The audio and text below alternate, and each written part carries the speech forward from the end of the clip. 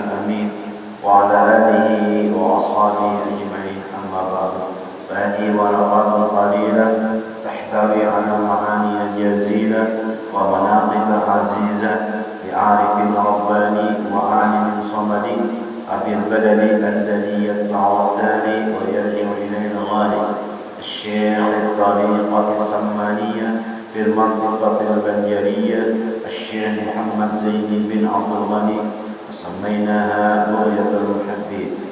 ونسأل الله الكريم المنان ونتوسل بنبيه سيد ولد عدنان أن يجعلنا معها دائم السيلان بيننا وبين الإخوان من فتنتنا هذا من وقتنا هذا إلى آخر الزمان، ويبلغنا بها إلى قصر الجنان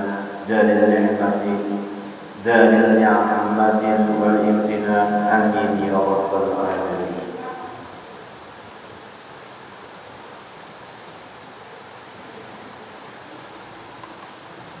Bermula nasab Syekh Muhammad Zaini bin Abdul Ghani dari pihak ayahnya adalah Abdul Ghani bin Abdul Manaf bin Muhammad Samman bin Muhammad Sa'ad bin Abdullah bin Al-Alim Al-Allamah Mufti Muhammad Khalid bin Al-Alim Al-Allamah Khalifah Hasanuddin bin Maulana Syekh Muhammad Arsyad Al-Banjari. Dan bermula nasabnya radhiyallahu anhu dari pihak ibunya adalah Masliyah, ngaran Masliyah itu Masliyah binti Safiyah binti Iyam binti Muhammad Yusuf bin Al-Alim Al-Allamah Mufti Muhammad Khalid bin Al-Alim Al-Allamah Khalifah Hasanuddin bin Maulana Syekh Muhammad Arsyad Al-Banjari. Maka berkumpullah nasab orang tuanya radhiyallahu anhu pada datuknya yang kelima, yaitu Al-Alim Al-Allamah Mufti Muhammad Khalid.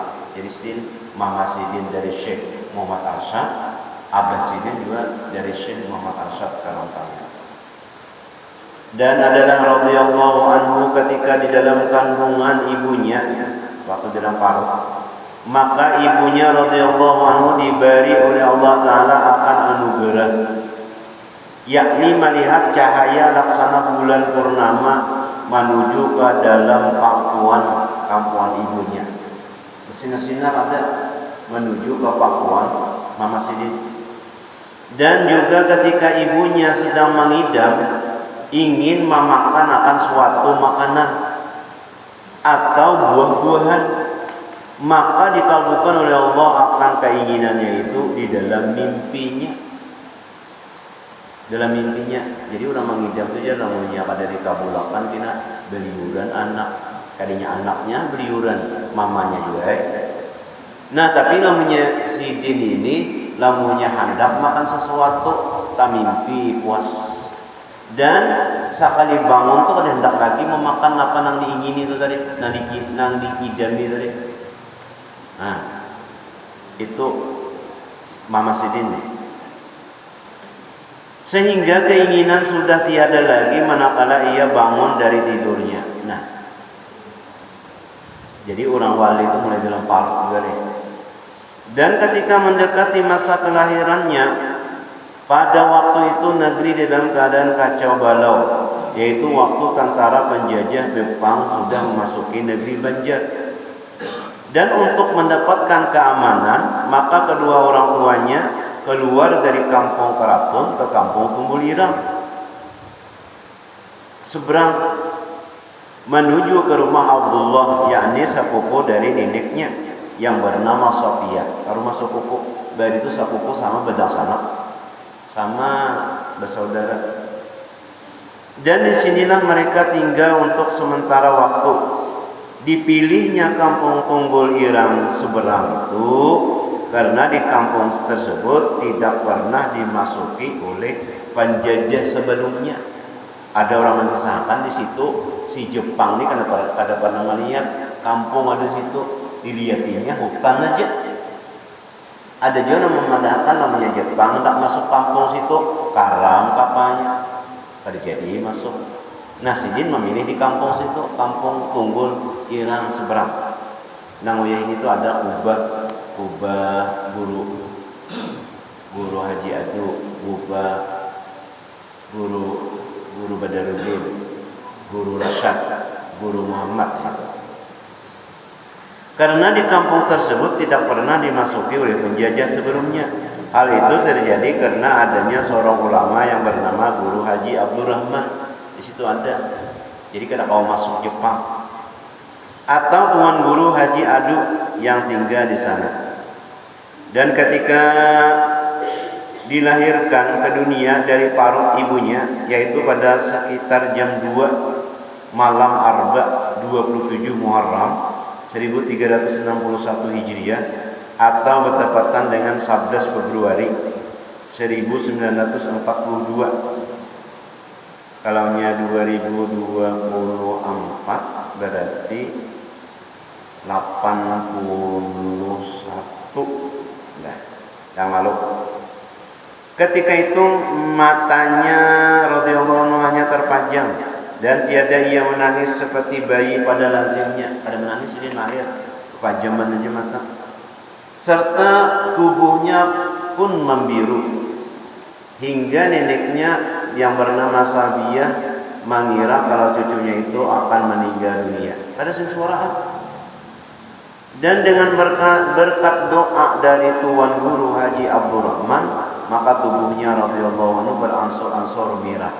Jadi orang bahari itu namanya buka ke Tuan Guru mencari doa, buka ke Tuan Guru. Bahari kada ada kalau dokter, bidan kada ada, dokter kada ada, maka bukan lagi ke Tuan Guru. Nah, berkat doa sidin itu lalu beransur-ansur merah seperti warna bayi kebiasaan dan tangisannya pun mulai terdengar. Akan tetapi tiadalah radhiyallahu anhu itu mau menyusu kepada ibunya, namun hanya mau mengisap lidah Tuan Guru Haji Abdurrahman. Aneh juga lah. Nama isap lidah Guru Haji Adu. Dan setelah beberapa lama Jusidin Bahari sedang berkisah mengisap lidah Guru Haji Adu itu sampai kanyang. Aneh juga lah. Mengisap lidah orang itu sampai kanyang. Kayak apa? Kada kau dikisahkan lah. Lamunnya menurut kesehatan, menurut akal, menurut pikiran manusia, kada mungkin. Nah itu. Akhirnya berkisah Bahari sih sampai kanyang. Nah, yang diisap lidah siapa? Yang isap lidah kita muntah kan bisa langsung pingsan mengisap lidah kita nih.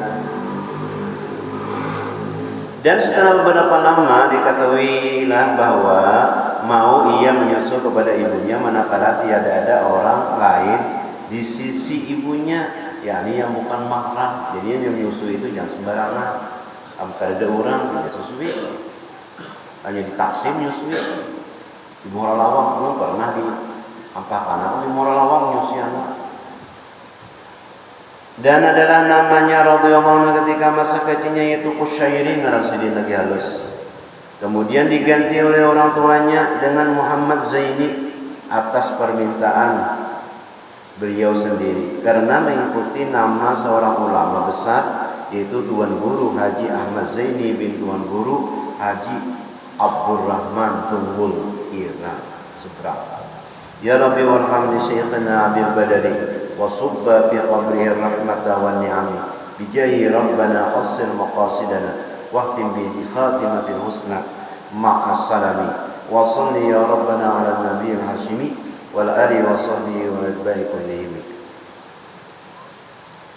Dan adalah halnya radhiyallahu anhu itu sewaktu masa kecilnya termasuk hamba Allah yang mahfuz. Kalau wali Allah itu mahfuz. Kalaunya nabi itu ngarannya maksum. Mahfuz itu wali-wali Allah dijaga daripada dosa. Kalaunya nabi itu maksum, mahfuz. Yakni yang dipeliharakan Allah Ta'ala dari hal yang tiada terpuji, dijaga Tuhan. Sebagaimana diriwayatkan bahwa neneknya yang bernama Sabiyah pernah dipasani oleh Tuan Guru Zainal Ilmi. Dan di Syekh Muhammad Asqalani pun ada Guru Zainal Ilmi, bahwa di rumahnya itu ada seorang yang dipilih oleh Allah agar ia memeliharakan dia. Jadi Syekh Zainal ini di rumah pun saikong pun palihara pun berjasidin. Dan juga adalah halnya radhiyallahu anhu tidak pernah ihtilam, tidak pernah bermimpi basah. Itu kayak Nabi itu tidak pernah juga tidak mimpi basah. Seumur hidupnya hingga balighnya hanya disebabkan umur, yaitu tatkala umurnya telah mencapai 15 tahun. Dan demikian pula ketika dibawa oleh salah seorang keluarganya untuk menonton film di bioskop. Di bioskop di mana di mata orang ngarannya Dario. Bioskop Intan. Ya, bioskop Intan. Akan tetapi ternyata listriknya padam, tidak jadi, hingga tidak jadi melihatnya. Jadi pelihara Tuhan lah. Tamnya pas masuk mati, kada jadi nonton.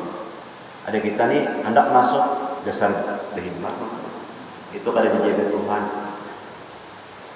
tercapai kehendak. Nah, itu kalau nyasidin ini dijaga Tuhan, mati listriknya, kada jadi melihat. Akan tetapi ternyata listriknya padam hingga tidak jadi melihat. Dan kemudian daripada itu biskop itu pun roboh. Wah, ini biskop di tangannya, nak pilih apa hendak ada. Dan adalah hanya radhiyallahu anhu di masa kecil, dan di masa itu sudah menampakkan khawariqul adat, yakni beberapa perkara yang menyalahi kebiasaan. Setengah daripadanya yaitu telah datang kepadanya seorang kepala gerombolan perampok menganut ilmu yang sesat, dan adalah ia seorang yang sangat ditakuti oleh masyarakat akan kejahatannya. Orang ini jagau sakti nah film berama itu apa namanya, sakti apa, film aja, radio, sandiwara radio.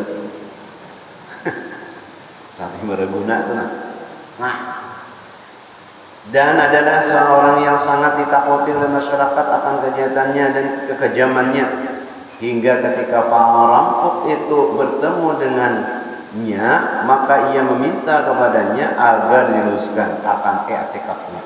Kada merampok kada, tetapi minta lurusakan kayak apa nih nambujur nih. Nah, sesat nyebejagawan. Jadi ya guru bahari, tak kenapa jadi menuntut ilmu bejagawan, paling kan disuruh orang bakalahe. Nah, kena ikam ada musuh, ya ikam bakalahe kan jaga orang, suruh orang bakalahe. Adik kam jaga orang nak, suruh orang bakalahe. Nah, baik jadi menuntut ilmu nang para kawan Tuhan. Lebih ilmu, nah jangan bacakan doa selamat, baca doa selamat, dapat ngasih makan. Nah, kamunya orang yang jaga, jagakan aja naikkan di luar aja, menjagakan anak kalau pun ada apa, nah kawan jaga itu di sini. Jangan menuntut ilmu jagawan ya, bahari kan ramai berjagawan nih, nang tahan timpas, nang orang udah melihat, ada juga kawan di sini rugi kan namanya kada menuntut ilmu nang kada melihat, pak orang bersusurung makanan, kada melihat orang, kada dapat nasi. Rugi jisdin. Dan adalah radhiyallahu anhu itu ketika usianya belum mencapai umur balik, sering mendapat bisyarah, yakni kabar kegembiraan berupa mimpi yang baik. Di antaranya pada suatu malam Jumat adalah bermimpi melihat sebuah kapal besar. Pada dinding kapal itu bertulisan Safinatul Auliya. Artinya Safinatul Auliya itu kapal para wali artinya. Dan di depan pintu kapal itu telah berdiri seorang penjaga yang berpakaian baju jubah putih. Dan ketika ingin masuk ke dalam kapal itu, maka ia ditegah oleh penjaga kapal tersebut. Dan adalah mimpinya itu berulang-ulang setiap malam Jumat hingga 3 kali berturut-turut. Dan pada mimpinya yang ketiga itulah ia dipersilahkan untuk memasuki kapal tersebut hingga bertemu dengan beberapa orang wali Allah Ta'ala. Di antaranya adalah seorang Habib yang bernama Habib Abdullah Barakbah. Jadi jadi guru nih orang Habib ini Hidin ngarannya Habib Nion. Nah ada makamnya itu di Ampel. Kalau kita dari Ampel itu berbicara 15.000 sebuah bolak balik di makamnya itu. Kenapa jadi di Galeri Nion? Tatkala mati lampu listrik, Hidin berdiri situ tuh nyarap nampaknya neon. Bari kan lampu listrik ini kadang-kadang lihat kayaknya lampu neon ya kalau. Nah lampu neon 10 watt, 20 watt, 40 watt. Orang-orang Ampel itu tahu ya Habib Neon tahu kan? Dan adalah radhiyallahu anhu pernah pula bermimpi bertemu dengan dua cucu Rasulullah, yaitu Sayyidina Hasan dan Sayyidina Husain radhiyallahu anhuma, yang membawakan baju jubah putih lengkap dengan surbannya. Ujar Sidin, jar guru masih ada baju jubah putihnya yang diberi oleh cucu Rasulullah atau tidak? Bajunya ada. Tahu kayak apa? Hingga memakaikan oleh keduanya akan pakaiannya itu kepadanya, serta memberi nama oleh keduanya akan radhiyallahu anhu dengan nama Zainal Abidin, atau perhiasan cantik bagi ahli ibadah. Jadi guru ini luar biasa, walinya pasti kita lihat sorangan, lawan kita saksikan sendiri pada waktu haulnya. Kadang ada perasaan kita seumur hidup nih haul nang kayak guru ini ada. Seluruh Indonesia ini pernah kita tahu. Nah kita pernah hadir haul pada kayak guru nih. Nang nyata-nyata tuh. Ada nang dari kalotok, kurang nampak kalotok berbagi. Ada nang bersebilan motor nang sampai jumpa ramu berbagi juga ya Allah. Itu nampak benar orang itu dikasihi Allah, sehingga manusia pun mengasihi Sidin. Nah, sudah tiada hanya tahu lagu Rumah Irama juga.